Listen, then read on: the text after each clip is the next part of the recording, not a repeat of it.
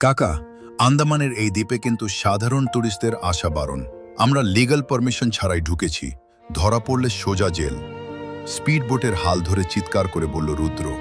চারদিকে বঙ্গোপসাগরের নীল জলরাশি ফুঁসছে। অরিন্দম কাকা বোটের সামনে দাঁড়িয়ে দূরবীন দিয়ে দূরের একটা জনমানবহীন দ্বীপের দিকে তাকিয়েছিলেন। মুখে তার চিরপরিচিত শান্ত হাসি। বললেন, রুদ্র, যেখানে বারণ, রহস্য ঠিক সেখানেই লুকিয়ে থাকে। তুই জানিস না, ১৭০০ শতকে মারাঠা নৌপ্রধান কানহোজি আংগ্রের একটা যুদ্ধজাহাজ পর্তুগিজদের তাড়া খেয়ে এই কালা পাথর দ্বীপের কাছে ডুবে গিয়েছিল।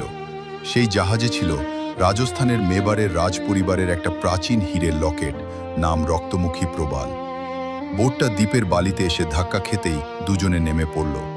চারপাশটা অদ্ভুত রকমের নিঝুম, শুধু সমুদ্রের ঢেউ আর বুনো বাতাসের শব্দ। অরিন্দম কাকার হাতে একটা পুরনো তামার কম্পাস, যেটা অদ্ভুতভাবে অনবরত ঘুরে চলেছে। কাকা বললেন, এখানে ম্যাগনেটিক ফিল্ড খুব স্ট্রং, তার মানে জাহাজটা আশেপাশেই কোথাও আছে। চল, দ্বীপের ভেতরের ওই মরা জোয়ারের খাঁড়িটার দিকে যাই। জঙ্গলের ভেতর দিয়ে এগোতে এগোতে তারা একটা ভাঙা পরিত্যক্ত বাতিঘরের সামনে এসে পৌঁছালে। বাতিঘরটার গায়ে শ্যাওলা জমে কালো হয়ে গেছে। ঠিক তখনই রুদ্রর পায়ে নিচে কিছু একটা মোচমোচ করে উঠল। নিচে তাকিয়েই রুদ্র রক্ত হিম হয়ে গেল। একটা মানুষের কঙ্কাল। তার বুকের খাঁচায় একটা মরচে পড়া পুরনো ছোরা বিধে আছে। অরিন্দম কাকা কঙ্কালটার পাশে হাঁটু গেড়ে বসলেন। ছোড়ার বাটটা পরীক্ষা করে বললেন, এই ছোড়াটা আধুনিক রুদ্র। তার মানে আমরাই প্রথম নই। এই লকেটের খোঁজে আগেও কেউ এসেছিল এবং তাকে খুন করা হয়েছে। কথাটা শেষ হওয়ার আগেই বাতিঘরের ওপর থেকে একটা ভারী পাথরের চাই হুড়মুড় করে নিচে খসে পড়ল, ঠিক অরিন্দম কাকার মাথার ইঞ্চিখানেক পাশ দিয়ে। কাকা, ওপরে কেউ আছে? রুদ্র চিৎকার করে উঠল। পরমুহূর্তেই বাতিঘরের দরজা ভেঙে ৪-৫ জন বিদেশি জলদস্যু বা মডার্ন পাইরেটস বেরিয়ে এলো। তাদের হাতে ধারালো ড্যাগার আর স্বয়ংক্রিয় পিস্তল। তাদের লিডার, একটা চোখ কালো পট্টি দিয়ে ঢাকা, কুৎসিত হেসে বলল, প্রফেসর অরিন্দম, মেবারের লকেটের ম্যাপটা আপনি ডিকোড করেছেন জানি। ওটা আমাদের দিয়ে দিন, নইলে এই কঙ্কালের পাশেই আপনাদের দুজনের জায়গা হবে। পরিস্থিতি বেগতিক দেখে অরিন্দম কাকা ১ সেকেন্ডও সময় নষ্ট করলেন না। তিনি তার হাতের ভারী ওয়াকিং স্টিকটা দিয়ে বালির ওপর একটা জোরদার মোচড় দিলেন। বালি উড়ে গিয়ে সরাসরি জলদস্যু লিডারের চোখে ঢুকল। লোকটা চোখ চেপে ধরে চিৎকার করে উঠল, রুদ্র, বাতিঘরের ভেতরে দৌড়াও! কাকা চেঁচিয়ে উঠলেন। দুজনে স্প্রিন্ট টেনে বাতিঘরের ভেতরে ঢুকে ভেতর থেকে ভারী লোহার দরজাটা বন্ধ করে দিল। বাইরে থেকে জলদস্যুরা দরজায় লাথি মারতে লাগলো আর গুলির শব্দ শোনা গেল। বাতিঘরের ভেতরে কোনো ওপরে ওঠার সিঁড়ি ছিল না, ছিল শুধু নিচের দিকে নেমে যাওয়া একটা অন্ধকার সিঁড়ি। নিচেই যেতে হবে রুদ্র, জলদি! কাকার টর্চের আলোয় তারা তোড়তড়িয়ে নিচে নেমে গেল। সিঁড়িটা শেষ হলো একটা বিশাল ভূগর্ভস্থ গুহায়, যার এক পাশ সরাসরি সমুদ্রের নিচের অংশের সাথে যুক্ত।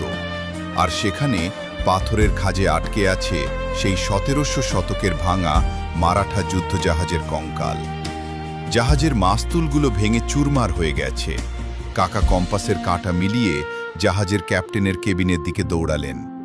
সেখানে একটা কাঠের বাক্সের ভেতর একটা পাথরের পাত্রে রাখা ছিল সেই লকেট। লকেটের মাঝখানের হিরেটা সত্যি রক্তের মতো লাল আলো ছড়াচ্ছিল। কাকা লকেটটা পকেটে পুরতেই পেছন থেকে দরজা ভেঙে জলদস্যুরা গুহায় ঢুকে পড়ল। লিডার বন্দুক তাক করে বলল, খেল খতম প্রফেসর, এবার মরার জন্য রেডি হন।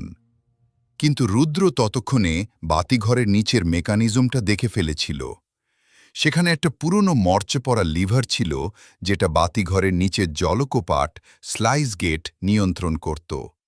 রুদ্র চিৎকার করে বলল, কাকা, নিঃশ্বাস বন্ধ করো! বলেই সে নিজের সমস্ত শক্তি দিয়ে লিভারটা টেনে দিল। এক বিকট আওয়াজে সমুদ্রের জলে তোড় গুহার ভেতর ঢুকতে শুরু করল। জলদস্যুরা কিছু বোঝার আগেই সমুদ্রের তীব্র জলের ধাক্কায় ভেসে গেল। কিন্তু অরিন্দম কাকা আর রুদ্র আগে থেকেই জাহাজের একটা বড় কাঠের টুকরো আঁকড়ে ধরেছিল।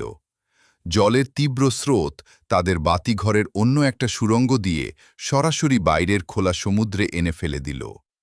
বিকেলের রক্তিম সূর্যের আলোয় তারা যখন দ্বীপের তীরে এসে পৌঁছালে, জলদস্যুদের আর কোনো চিহ্ন নেই। দূর থেকে দেখা যাচ্ছে কোস্টগার্ডের একটা জাহাজ তাদের বোটের সন্ধানে এগিয়ে আসছে। রুদ্র জল থপথপ করতে করতে পকেট থেকে লকেটটা বের করে অরিন্দম কাকাকে দিল। কাকা হেসে বললেন, বাহ, তুই এটা কখন সরালি? রুদ্র হাসল, তোমার সাগরের তো কাকা, তারা খাওয়ার মাঝেই হাত সাফাই করে নিয়েছি। এবার চলো কোস্টগার্ডকে লকেটটা হ্যান্ডওভার করে কলকাতার ফ্লাইট ধরা যাক।